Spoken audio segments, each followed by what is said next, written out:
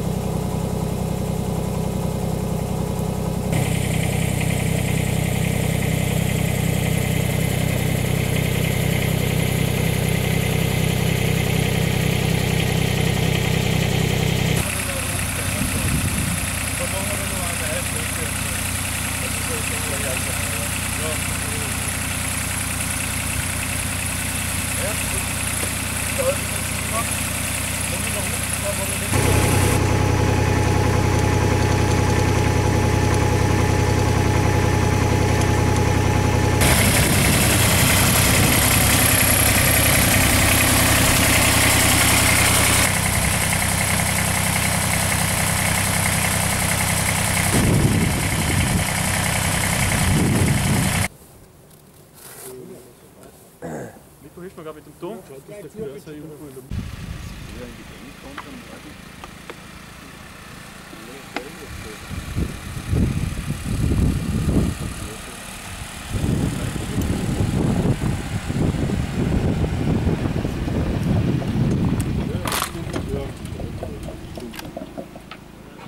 Ja, ich meine, die Geschichte ist halt allein, wirst du jetzt kennen.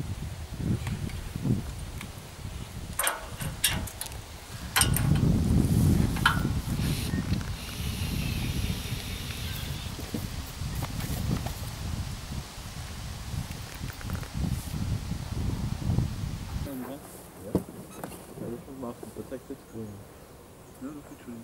Das war ja jetzt nicht so anspruchsvoll. Ja? Ich muss nur einschalten.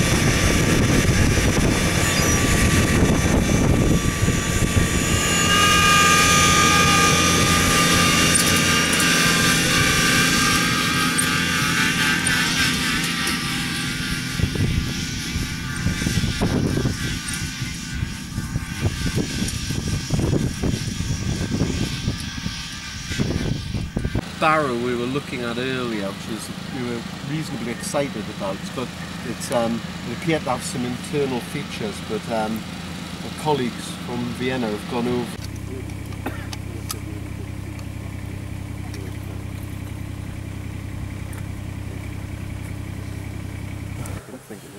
Das von gestern fertig. Okay, und dann? Wie ist jetzt der Stand? Dann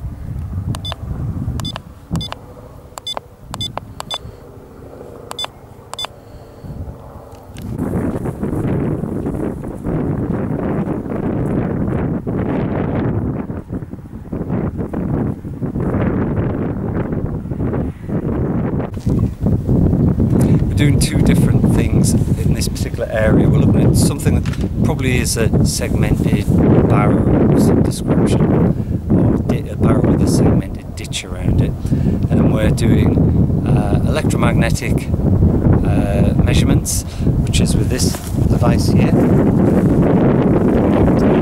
This is something that's brand new to us.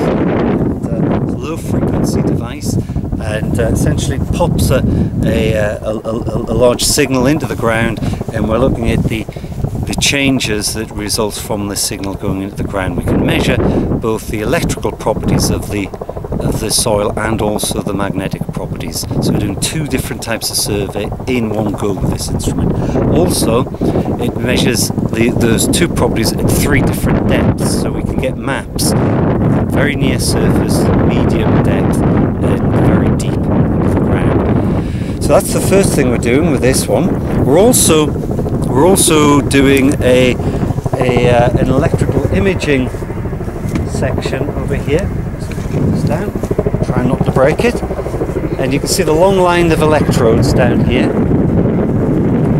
We're passing current into the ground and measuring the response across many of these electrodes.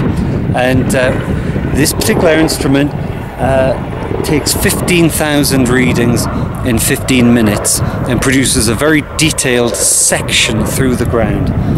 And what Rob's doing is he's actually doing many sections very close together, so we can look at both the vertical and the horizontal extent of the features in this area. That's electrical resistivity that we're measuring there. Of course, it's all got to be. It's a slow sort of method, of course, but it gets very detailed results, and it tells us a lot about the actual material properties beneath the ground. And as a result, it is a way of augmenting the very rapid surveys that are being collected. The data is being collected on the quad bikes, for example.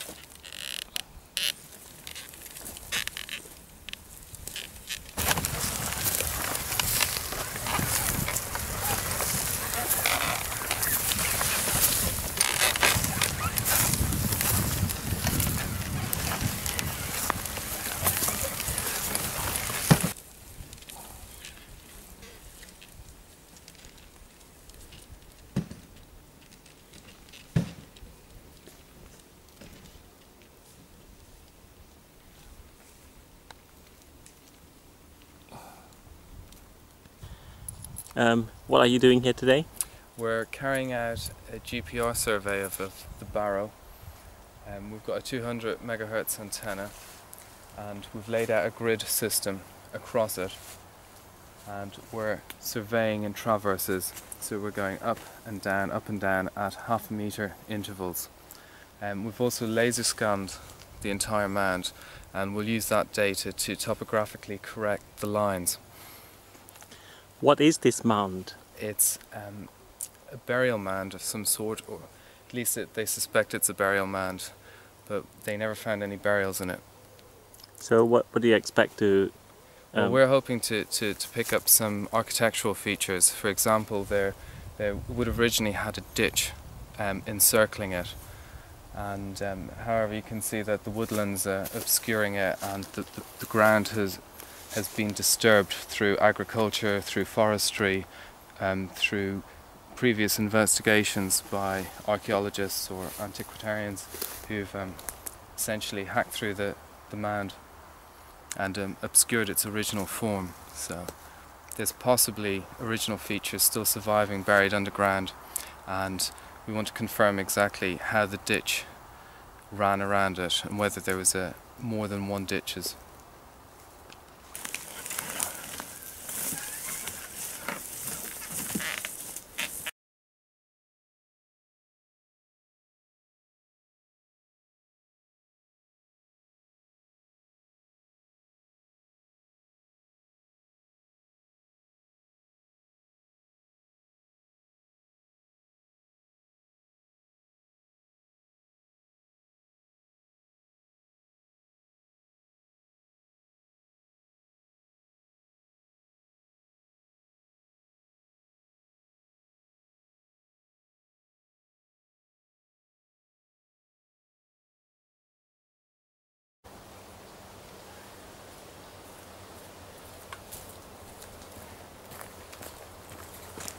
We dug into it in the 18th century, 19th centuries, and the English Heritage did a survey of it recently. There is a mini henge within this area of woodland, the Fargo mini henge, and it may be that there are other features, similar features, and we'd like to see if we can locate those. English Heritage have had a look at these mounds recently, and they have suggested that they're quite unusual in construction, and we're having a look to see if we can add more to their observations. Though that survey was done visually. It was an earthwork survey. The work that we're going to be to do now, we'll look inside the mounds and see if we can actually say a bit more by looking at the structures which are hidden beneath the soil.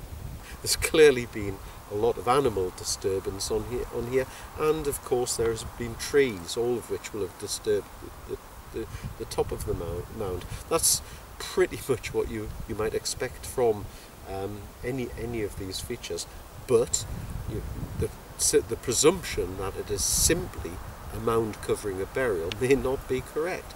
It may mask earlier activity, and if it does, that obviously would be quite different to how we interpret the area. So, you know, it can add. We can hopefully add a lot to the interpretation.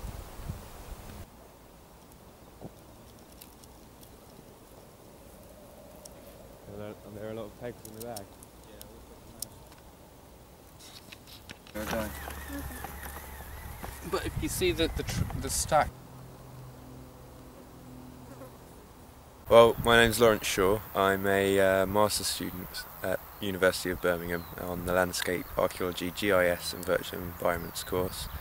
I'm out here with Eamon and Helen to assist with the survey and the laser scanning. It ties in quite nicely to my dissertation, which is looking to create an application for the iPhone based on the ADS data provided on the Stonehenge landscape. So I've created a square around the World Heritage Sites, and I've been given the access to the ADS database, and with any luck the application will draw from the database, providing accurate geolocated information about monuments found within the landscape, and providing monument IDs, a brief description and a time period that each monument's from, and hopefully people use it to walk around the landscape, interpret what they're looking at, or assist them with a future project or something they think they might have seen in Google Earth, and the application provides a Google Earth overview as well. So when you're looking, say we're standing here, you look over there, you see a round barrow, you look at your iPhone,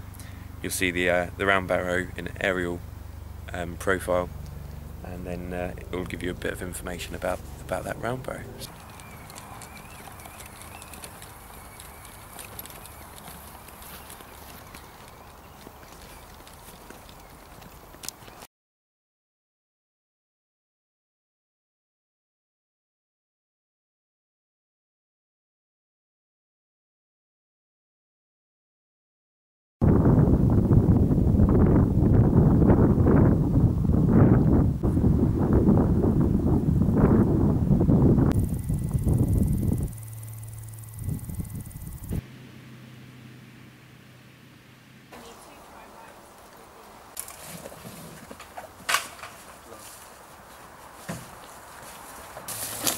Pretty close, just for insurance, it doesn't really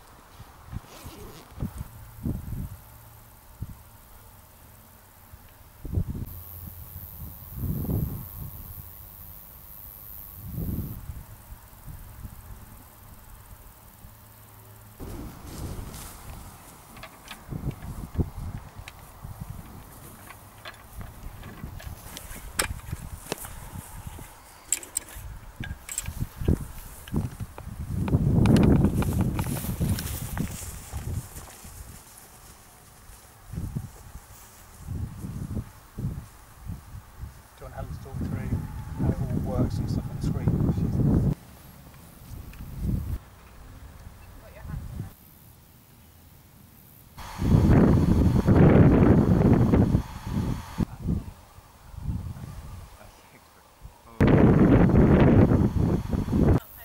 Alright, shout when I have to look.